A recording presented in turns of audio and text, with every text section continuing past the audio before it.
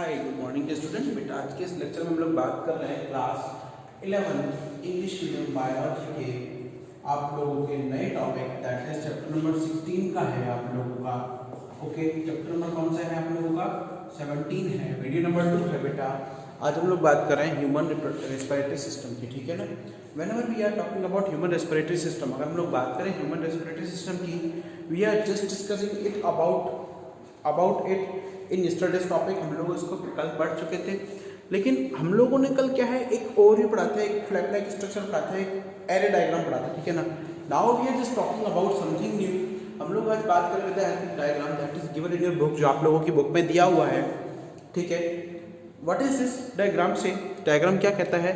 The entire diagram says that the respiratory system has been divided into two part, ठीक है ना। First one is that respiratory passage, second one is that lungs area, right? And we have here the combination of both parts, ठीक है ना। हमारे पास इसका क्या है? कॉम्बिनेशन है दोनों पार्ट्स का। क्लियर है? अगर हम लोग बात करें रेस्पिरेटरी पैसेज की, then we know that respiratory passage is being made up of, ठीक है, किस-किस से बना होता है? nostrils, ओके, ठीक है, nasal area, nasal chamber, nasal pathway, clear है। After that trachea contain larynx, pharynx and epiglottis, right? And then the lungs is there, ठीक है ना। अब nostrils क्या है? सबसे ऊपर का पार्ट, सबसे बाहर का पार्ट जो आपकी बॉडी में दिखाई देता है, क्लियर है ना बेटा? आपकी बॉडी में दिखाई देता है nostrils will be going to be in the nasal chamber, then the nasal pathway, ठीक है। nasal chamber, then the nasal pathway, clear है। After that nasal pathway has been opened into the trachea, right? अब trachea के अंदर open तो होता है। Trachea क्या है? It is long tube like structure, एक लंबी पतली इलास्टिक, ठीक है ना, थिन ट्यूब लाइक स्ट्रक्चर है। वो क्या करता है? Trachea is being connected with by the means of pharynx, ठीक है, थ्रू व्हिच, इसके द्वारा, ईसोफेगस के द्वारा, ठीक है ना। तो pharynx is generally form a common pathway for both oesophagus and trachea, ठीक है। नेक्स्ट क्या करता है? एक कॉमन पाथवे प्रोड्यूस करता है, किसके लिए? ईसोफेगस और ट्रेकिया दोनों के लिए, ठीक है। Okay, pharynx contain the flap like structure, cartilages flap like structure that is named as epiglottis. Epiglottis क्या काम करता है बेटा? Basically whenever we are talking about the epiglottis, अगर हम एपिग्लॉटिस की बात करें तो epiglottis is generally work as a flap cover. वो फ्लैप कवर के लिए काम करता है। फ्लैप कवर किस फॉर्म में काम कर रहा है बेटा? फ्लैप फॉर्म में। Whenever we are swallowing our food, जब हमारे फूड को स्वेलो कर रहे हैं, then in that case it cover the trachea, ठीक है ना।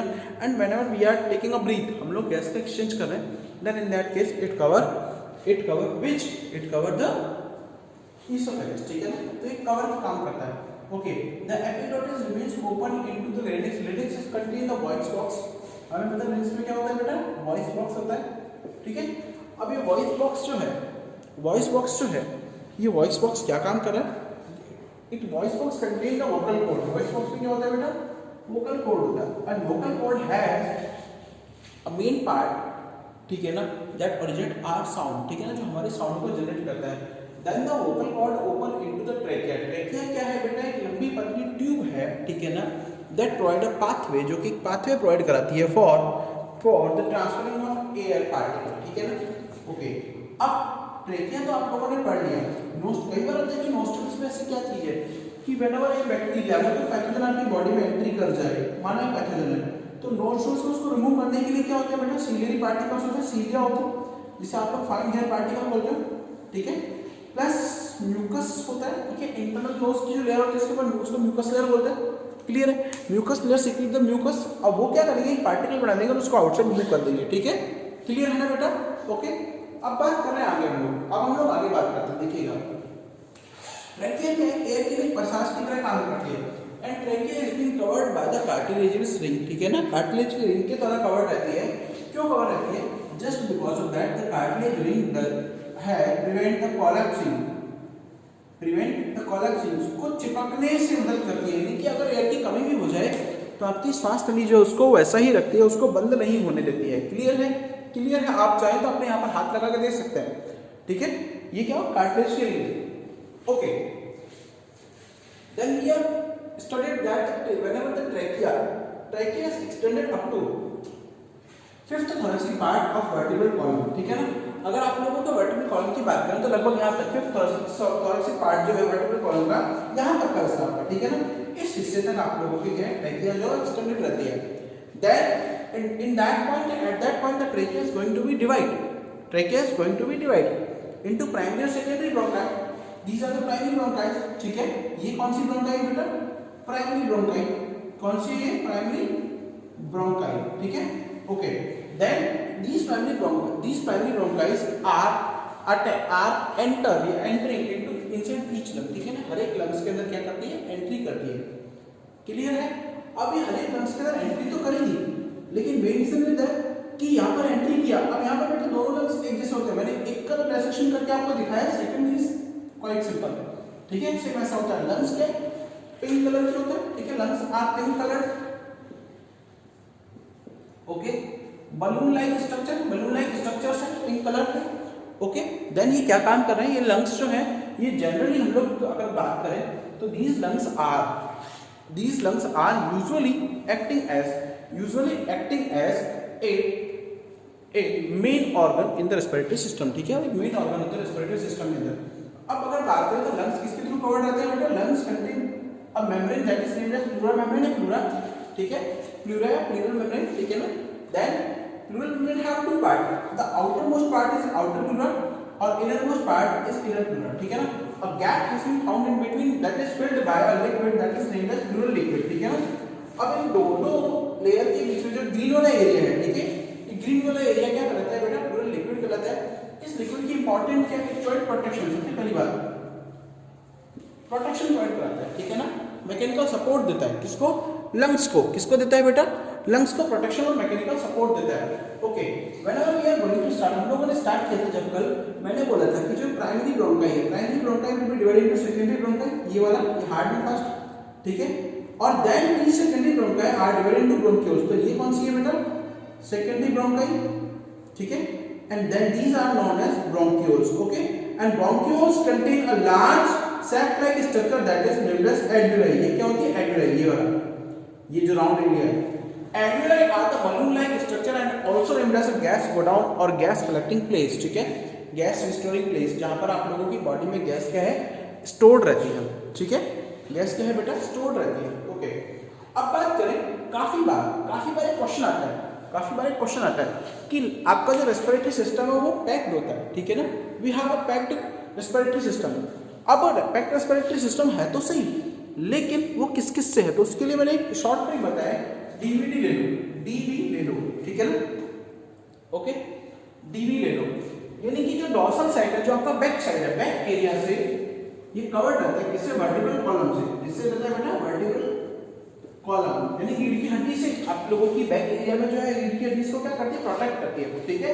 Whenever we stand for ventral side से किससे है? ये cage of ribs and sternum. Sternum जो एक मिडिल आप लोगों का है, ठीक है, बोन है, उस बोन से और केज ऑफ रिब्स से क्या है? ये सिचुएटेड रहती है, ठीक है ना, उसे प्रोटेक्ट करती है। लोअर रीजन की अगर हम लोग बात करें, ठीक है, लोअर रीजन की lateral region, L stand for lateral region is being covered by the ribs, ठीक है, पसलियों से, ठीक है। एंड लोअर मतलब नीचे की तरफ उसका प्रोटेक्ट करके रखता है, कौन प्रोटेक्ट करता है? डायफ्राम। तो it have a air tight cavity और air tight cavity have the 4 parts, ठीक है, उसके 4 पार्ट एयर टाइट। और ये क्यों है बेटा? क्योंकि एयर टाइट होने का ही मेन रीजन है क्योंकि इसके अंदर क्या होता है बेटा? गैस के एक्सचेंज और एयर के एक्सचेंज के लिए इट मस्ट बी रिक्वायर्ड, ये बहुत जरूरी है, ठीक है, ओके। अब अगर हम लोग बात करें कि नॉर्मली आप लोगों का एक्सचेंजेबल पार्ट कौन सा है? तो एक्सचेंजेबल पार्ट होता है आप लोगों का एल्वियोलाई। एल्वियोलाई की हम लोग स्ट्रक्चर की बात करें, whenever we are talking about the structure of alveoli की स्ट्रक्चर की बात करें तो एल्वियोलाई का स्ट्रक्चर बेटा कुछ इस तरीके का होता है। इट हैव पोरस वॉल, इसकी वॉल जो पोरस होती है, मल्टीपल पोर्स होते हैं, ठीक है ना। And these porous walls contain a variety of blood vessels that are connected to it, ठीक है ना। यहाँ से ब्लड वेसल्स कनेक्टेड होती है। क्यों कनेक्टेड होती है? Because we know that our gas exchange has been done by the blood. अब ऑक्सीजन को कौन कैरी करेगा? ब्लड करेगा, ठीक है, ऑक्सीजन को ब्लड करेगा। ब्लड में भी कौन करेगा बेटा? हीमोग्लोबिन, जो किसमें है? आरबीसी में, ठीक है। अब आरबीसी में हीमोग्लोबिन के साथ ऑक्सीजन बन जाएगा तो कौन सा मॉलिक्यूल बनेगा? Oxy haemoglobin. और ये ऑक्सी हीमोग्लोबिन क्या है? ये by the means of simple diffusion, इसके प्रोसेस के थ्रू, सिंपल डिफ्यूजन के थ्रू क्या कर जाएगा? ये ट्रांसफर कर जाएगा सेल्स में। और अब ये सिंपल डिफ्यूजन के थ्रू जो ऑक्सीहीमोग्लोबिन है HbO मॉलिक्यूल है, ये कहाँ गया बेटा? सेल में गया, और सेल में क्या थी? सेल में क्या बनी? एनर्जी बनी, और इसके अलावा ना CO2। अब ये CO2 क्या होगा? ये प्लाज्मा के साथ और आपकी हीमोग्लोबिन के साथ बाइंड होकर वापस बाहर आ जाएगी and then it will secreted by the nasal passage. अब ये लंग्स में से यहाँ की एल्वेओलाई में आएगी, एल्वेओलाई में यहाँ से होती है रेस्पिरेटरी पैसेज के लिए बाहर निकल जाती है, ठीक है ना?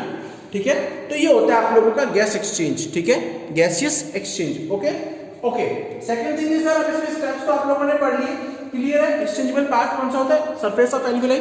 अगर आप लोगों से पूछा जाए which is the exchangeable part in the respiratory system, तो main surface of alveoli, surface of alveoli, by which means the gases has always been transferred by the simple diffusion process, ठीक है? सिंपल डिफ्यूजन प्रोसेस के through gases जो हैं वो क्या होंगी बेटा? ट्रांसफर होती है, उनका एक्सचेंज होता है, ठीक है? Okay, thank you.